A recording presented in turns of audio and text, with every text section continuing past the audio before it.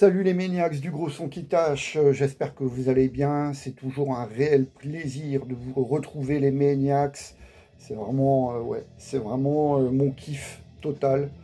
Faire une petite vidéo, vous la proposer et puis après on commente là-dessus, quoi. Malheureusement, cette vidéo est entachée encore d'un décès qui a déploré, celui de Thomas Lindberg, qui allait fêter ses 53 ans le 16 octobre prochain. Il nous a quitté, la faute à un vilain crabe qui est encore passé par là. Donc Thomas Lindberg, bien sûr, le chanteur d'origine suédoise, chanteur de At the Gates, qui avait fait ses armes au sein de Grotesque. Il avait été chanteur également dans Sphere, Lock Up ou encore The Crown. Donc c'était vraiment un touche-à-tout, The Great Deceiver. C'était vraiment un chanteur qui multipliait les projets. Et donc malheureusement, voilà, encore une fois, un décès à déplorer. Donc je pense que tout le monde va sortir son exemplaire de Slaughter of the Soul de At the Gates, qui pour moi, et pour beaucoup d'entre nous, est la référence vinylique de Thomas Lindberg. Et rest in peace. Allez, petite vidéo. Et une petite idée qui m'est venue cet après-midi. Je me suis dit, pourquoi pas. On idéalise les années 80, l'âge d'or du métal. Moi, je suis le premier à dire que les années 80, c'est vraiment les années les plus importantes pour notre musique tant aimée, le hard rock et le métal. Mais tout n'était pas rose. Et en fait, j'ai eu l'idée cet après-midi. Je me suis regardé des extraits, et non pas une émission complète, mais une émission qui dure quand même 2 heures, en fait 2 heures de clip sur 3 heures. Je me suis maté un vieux Headbangers Ball de Derrière les fagots, et c'est l'édition du 12 août 1989, et c'est l'édition américaine de Headbangers Ball, donc présentée par Adam Curry. Donc il n'y a pas de Vanessa Warwick, ça c'est le pendant européen de MTV Headbangers Ball. Et donc, à l'époque, Adam Curry nous parlait du festival, le Moscow Music Peace Festival, qui a eu lieu le 14 août, je pense, il me semble, le 13 ou 14 août, soit le lendemain ou le surlendemain de cette édition du 12 août. Et donc, à l'affiche, il y avait les locaux de Gorky Park, un Skid Row débutant, Cinderella, Ozzy Osbourne, Motley Crue, Scorpion et Bon Jovi. Donc voilà, 2 heures de métal. L'émission elle dure 3 heures, donc il y a eu des coupures, il me semble. Mais bon, en 2 heures, on pourrait avoir un panorama quand même assez large de ce qui se faisait en hard rock et heavy metal à l'époque. Bon, déjà, sur 20 clips diffusés, 70% c'est des clips américains, des groupes de hard US. Donc voilà, ça vous donne une idée de ce que le MTV américain proposait à ses spectateurs, à ses téléspectateurs. Donc, ouais, il n'y a pas grand-chose en heavy rock, heavy US. Enfin, vous allez voir. Pourtant, ça partait bien, ça commençait bien. Ça commençait avec Queen's Reich, extrait de Operation My Crime. C'est donc le titre I Don't Believe in Love.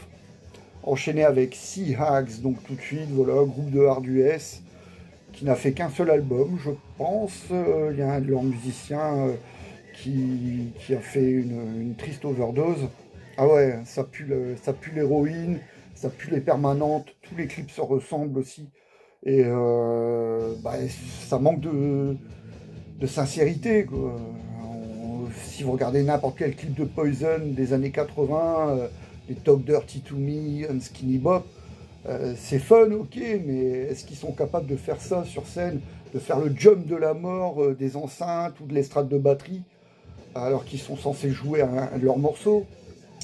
Donc voilà, les groupes de thrash ont été plus sincères, plus honnêtes dans leur démarche, et quand ils faisaient un playback, ils faisaient de manière correcte. Que là, bon bah voilà, c'est surjoué à mort, quoi, à mort.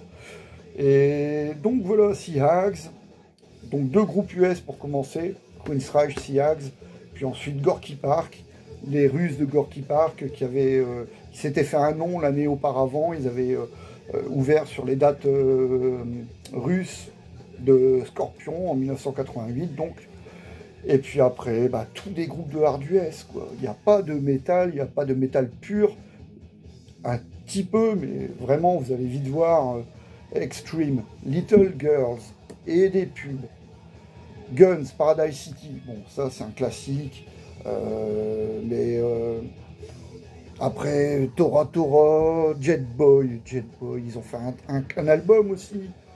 Et il n'y en a que pour le hard US Dirty Looks, qui avait été découvert par le label parisien X-Killer en 1985-1986. Encore des pubs, une interview de Robert Plant qui nous parle du projet du fils de son ancien batteur qui est décédé, John Bonham. Donc c'est le groupe Bonham, de Jason Bonham. Il y a quelques interviews aussi, encore, oui, Kirk Hammett, qui nous parle du Damage Justice, la deuxième partie de la tournée américaine, donc qui était avec The Cult et Face No More. C'était pour la rentrée août et la rentrée 89.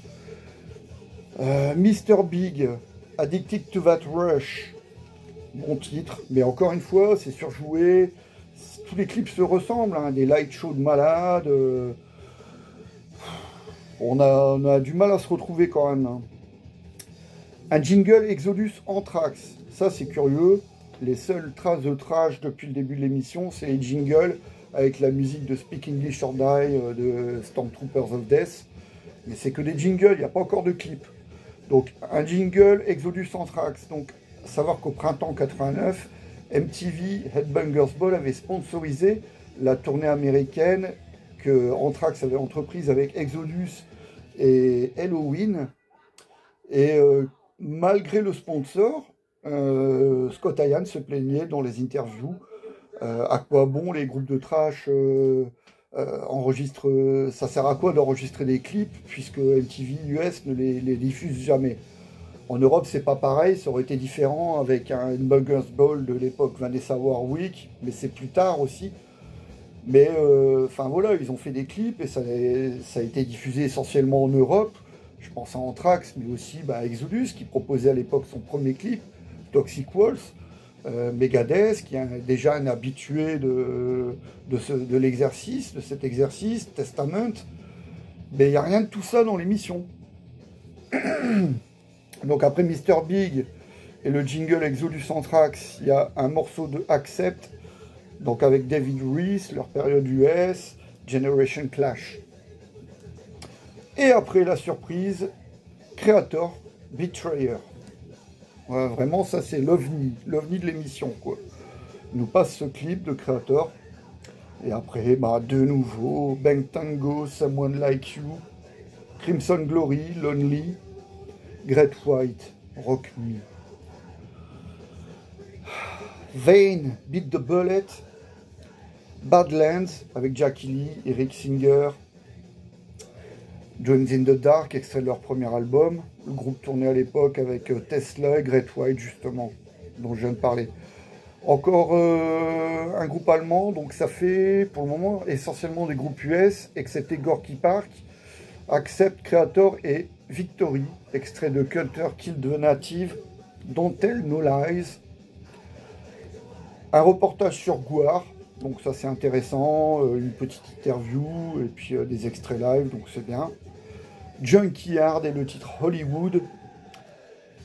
Encore un groupe allemand, Break the Rules par Udo, extrait du deuxième album Mean Machine. Et le dernier titre, après il y en a encore, mais ça a été coupé, c'est Onslaught et leur reprise de Let There Be Rock, époque Steve Grimmett, donc extrait de l'album enregistré avec lui, paru en 89, In Search of Sanity.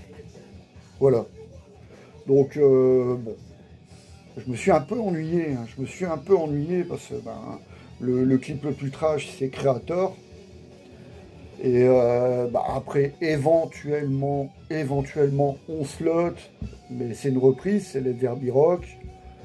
Et la courte interview de Kirk Hammett, mais il n'y a même pas d'image en fait. C'est vraiment une interview dans un studio. Mais bon, je sais que à l'époque, j'aurais traité, je me serais ennuyé pendant 2 heures. Hein. Parce que se taper Sea Hags, Tora Tora, Jet Boy, Dirty Looks, Mr. Big, ça va encore. Les Bang Tango. Non, c'était vraiment pas ma cam. C'était vraiment pas ma cam. J'étais déjà totalement acquis à la cause de la musique extrême, le trash et puis le death qui arrivait. Donc, ouais. On se plaignait de la France, mais en cumulant les émissions de Blues Rock and Hard, c'était l'émission à la même époque qui passait le mardi soir sur M6. On arrivait à se faire des chouettes compiles de clips. Betrayer, bon, on l'a vu sur Blues Rock and Hard un mardi soir, donc c'était tard, il fallait enregistrer les émissions, mais là aussi c'était le cas. Hein. Moi à l'époque, j'aurais pas pu rester éveillé pour regarder Headbangers Ball, c'était bien trop tard. Mais bon, outre Creator, ben, qu'est-ce qu'on a pu voir? On a pu voir Exodus, Toxic Waltz, ils l'ont passé, des lives de Sepultura au Gibus, Mass Hypnosis, des lives de Sodom, des interviews de Suicidal Tendencies, de Metallica. Ouais, ils étaient quand même... on se plaignait de la France, mais ben non, on n'avait pas à se plaindre finalement par rapport au Hard US.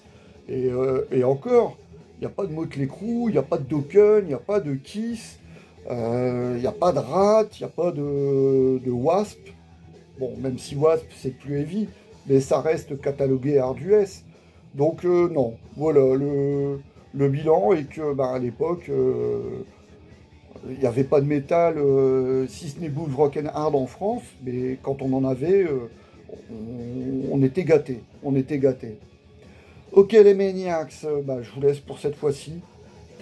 Et puis, je sais pas, peut-être que je regarderai un prochain Headbangers Ball, mais cette fois-ci version européenne, et avec des émissions des années 90. Ça peut être beaucoup plus intéressant. Il y aura le Triple Crash Threat, d'ailleurs, Threat, ce qui n'est pas le cas. Allez, bonne soirée à vous les Maniacs, et prenez soin de vous, surtout soyez heureux. À très vite.